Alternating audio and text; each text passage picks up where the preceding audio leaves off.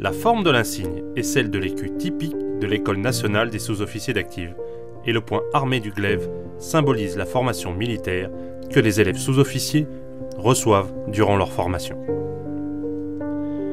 Le noir symbolise son engagement au titre de l'Indochine et le bleu ciel rappelle que le major Michelin a servi dans les différentes écoles de formation des sous-officiers et des officiers durant 22 ans. L'insigne du 51e RI apparaît rappelant que le major Michelin servit ce régiment en Algérie. L'insigne du 2e groupe saharien motorisé symbolise son action dans cette unité en tant que chef de section commando. Au centre, la grenade des écoles illustre son action de formateur au sein des différentes écoles. Sur la gauche apparaît le ruban de la médaille militaire. Médaille qui fut décernée au major Michelin le 7 juillet 1959 pour service exceptionnel. En bas, le crachat de la Légion d'honneur, plus haute distinction obtenue par le parrain. Enfin, le nom du parrain vient s'inscrire en lettres d'argent sur le ruban de la médaille militaire.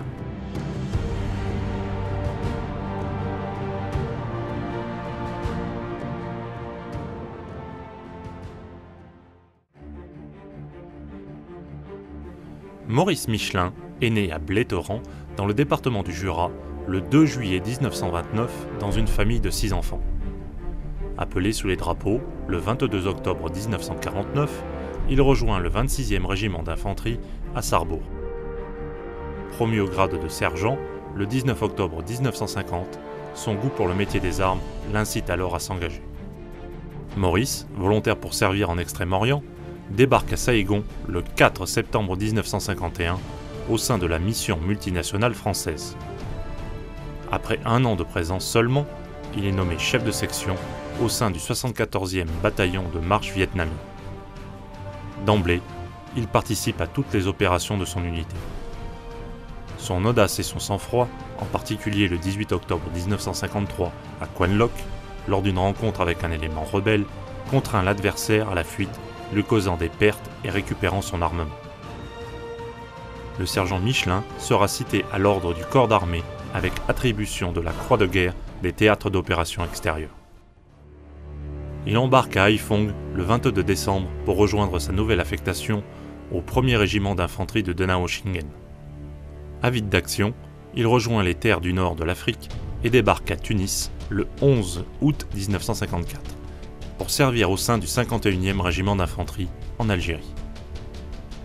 Le 31 octobre 1956, chef de section, le sergent-chef Michelin mènera ses hommes à l'assaut d'un gourbi occupé par des rebelles dans la forêt des Arès, malgré le feu adverse, permettant ainsi la mise hors de combat de 3 hors-la-loi, la capture d'un chef important et la récupération d'armes et de documents.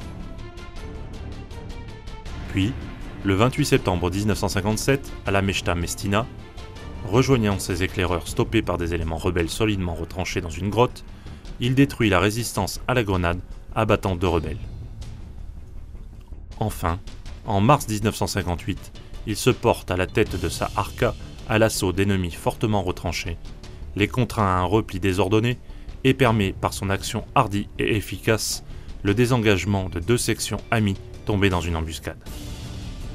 Pour ses faits d'armes, il sera cité 3 fois, dont une à l'ordre de la division et 2 à l'ordre de la brigade, avec attribution de la croix de la valeur militaire. Nommé adjudant le 1er janvier 1959, il rejoint le 2e groupe saharien motorisé le 1er juin, comme chef de section commando.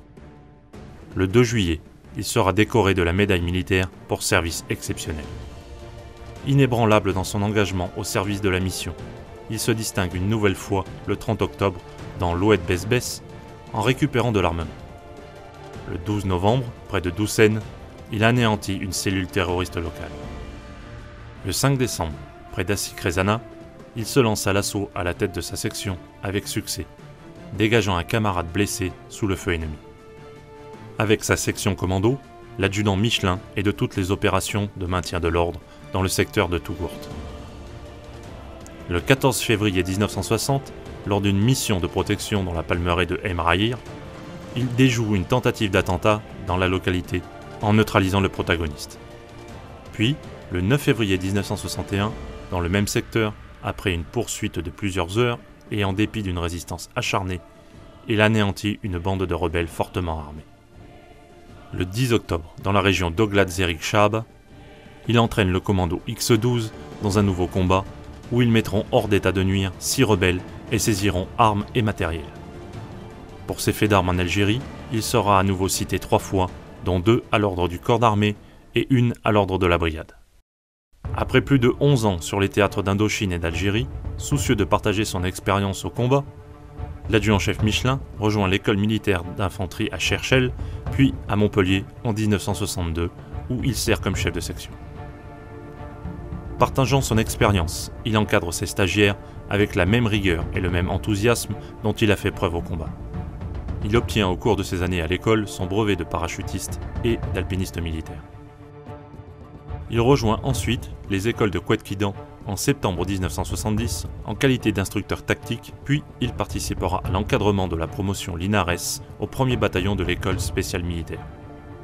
Le 22 juillet 1974, il sera promu chevalier dans l'ordre de la Légion d'honneur. En 1977, l'adjudant-chef Michelin est affecté à l'École nationale des sous-officiers d'actifs de Saint-Mexan-l'École. Il y sert 2 années comme chef de section au sein du 1er bataillon. Avec une motivation toujours intacte, il inculque aux futurs sergents les fondamentaux des rudiments militaires afin de les armer aux défis de leur carrière naissante. Nommé au grade de major le 1er janvier 1979, il devient ensuite le chef du service général du quartier Coiffé. Reconnu pour son professionnalisme et son exigence et son charisme naturel, il sera le premier sous-officier porte-drapeau de l'école. Il s'acquittera de cet honneur, en particulier le 8 mai 1980, lors d'une cérémonie présidée par M. Valéry Giscard d'Estaing, président de la République, avec une fierté toute légitime. Le 21 janvier 1984, il est promu officier de l'Ordre national du mérite.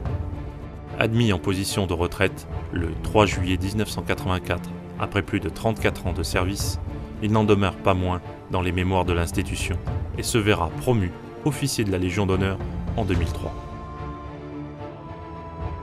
Il s'éteindra parmi les siens le 16 janvier 2011.